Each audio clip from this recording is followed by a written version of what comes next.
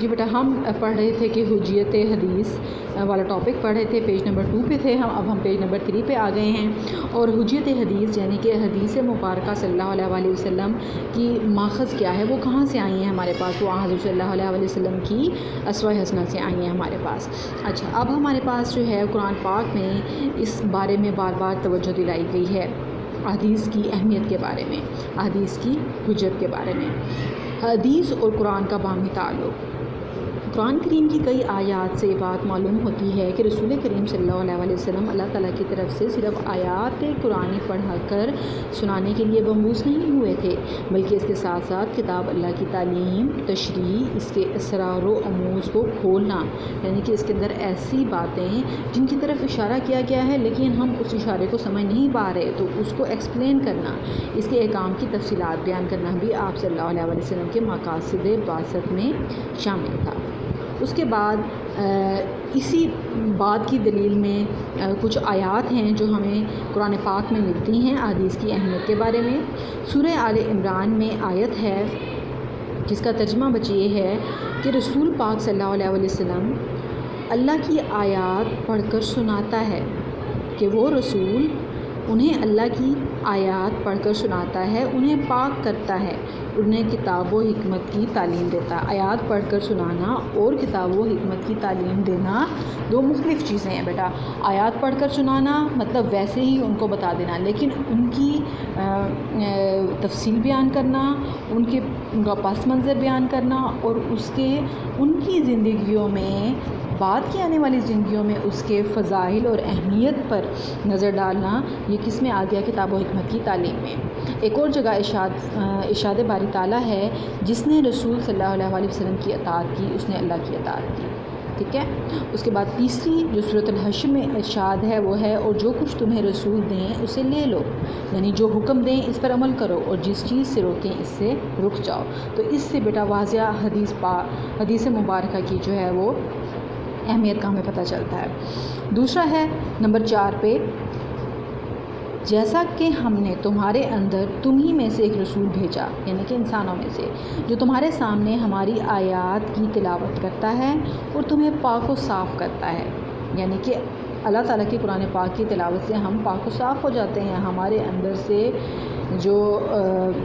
Dirt ہے، جو گند ہے، میل کچیل ہے،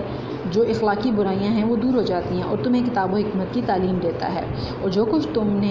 نہ جانتے تھے تمہیں سکھاتا ہے۔ تو اس میں نہ صرف ہمیں پڑھ کے سنانا نہیں، بلکہ حضور صلی اللہ علیہ وسلم کا اسوہ حسنہ بھی ہمارے لیے اتنا ہی اہم ہے۔ ہاں جی، اس کے بعد سورہ ال عمران میں 5ویں نمبر پہ ہے، سورہ ال عمران میں ارشاد ربانی ہے، بلا شبہ اللہ تبارک تعالیٰ نے مومنین پر بڑا احسان کیا کہ انہی میں سے ایک رسول صلی اللہ علیہ وآلہ وسلم ان میں بھیجا، جو اسی آیات ان پر تلاوت کرتا ہے اور ان کے دلوں کو پاک و صاف کرتا ہے، ٹھیک ہے بیٹا۔ اچھا جی، اور انہیں کتاب و حکمت کی تعلیم دیتا ہے۔ اس کے بعد نمبر 6 پہ آیت آ جاتی ہے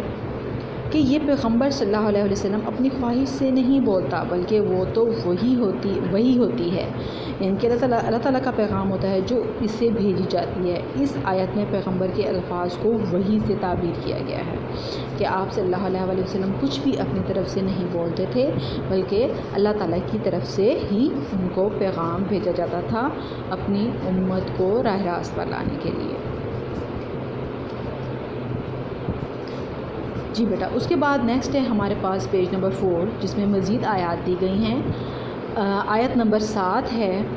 جس کا ترجمہ ہے، یقیناً اس قرآن کو جمع کرانا، اس سے پڑھوانا اور پھر اس کی تشریح و بیان بھی ہمارے ہی ذمہ ہے، ٹھیک ہے۔ اس کے بعد ہے آیت سورۃ نحل میں سے ہے جس کا ترجمہ ہے، ہم نے یہ کتاب آپ صلی اللہ علیہ وآلہ وسلم پر صرف اس لیے اتاری ہے کہ لوگوں کے اختلاف کو واضح کر دیں، کیونکہ پہلے جو تھے اختلافات ہوتے تھے، مختلف مذاہب تھے، تو اللہ تعالیٰ نے آخری حتمی کتاب بھیجی جس میں، اور ان مذاہب میں باقاعدہ بیٹا اب سے جتنے بھی پچھلے مذہب گزر چکے ہیں ان مذہب کی تعلیمات جو پیغمبر لے کر آئے، اس میں مین جو تھا وہ وحدت کا عنصر تھا، اور اس میں باقاعدہ خاتم النبیین حضرت محمد صلی اللہ علیہ وسلم کے آنے کا ذکر بھی تھا۔ بیٹا تمام جتنے بھی مذاہب آئے ہیں وہ تمام حضور صلی اللہ علیہ وسلم کے لائے گئے مذہب جو اللہ تعالیٰ کی طرف سے تھا، اسلام کو مانتے تھے، لیکن بعد میں ان مذاہب میں تحریفیں ہوئیں، یعنی کہ ان کی تعلیمات میں ان میں بعد میں آنے والے لوگوں نے کیا کی، تبدیلیاں کر دیں، جس کی وجہ سے اب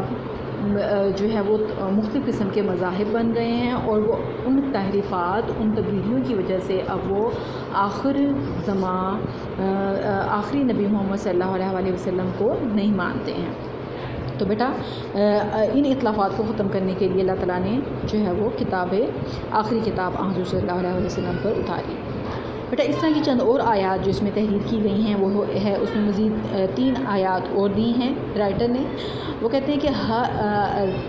ترجمہ ہے پہلی آیت کا،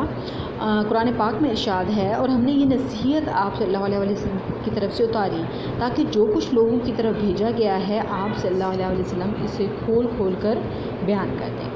اور دوسری آیت میں ذکر ہے سورۃ آل عمران کی آیت ہے، اور تم کیوں کر انکار کر سکتے ہو حالانکہ تمہارے سامنے اللہ تبارک تعالیٰ کی آیات پڑھی جا رہی ہیں اور تمہارے اندر خدا کا رسول موجود ہے، یعنی کہ وہ خود بھی موجود ہیں اور آیت مبارکہ پڑھ کر سنا رہے ہیں، تو پھر ہم جو ہے وہ انکار کرنے کی گنجائش کہیں نہیں بچتی ہے۔ اچھا جی، تیسری آیت جو اور آخری آیت جو یہاں پہ دی گئی ہے حجت حدیث کے بارے میں، وہ یہ ہے کہ ہم نے جس رسول کو بھی بھیجا ہے تو صرف اس لیے کہ خدا تعالیٰ کے حکم سے اس کی اطاعت کی جائے،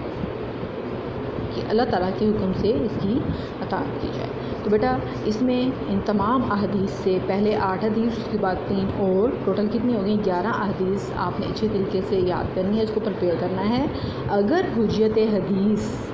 کا کوسچن آ جاتا ہے آپ کو کہ حجت حدیث بتائیں قرآن کی روح سے،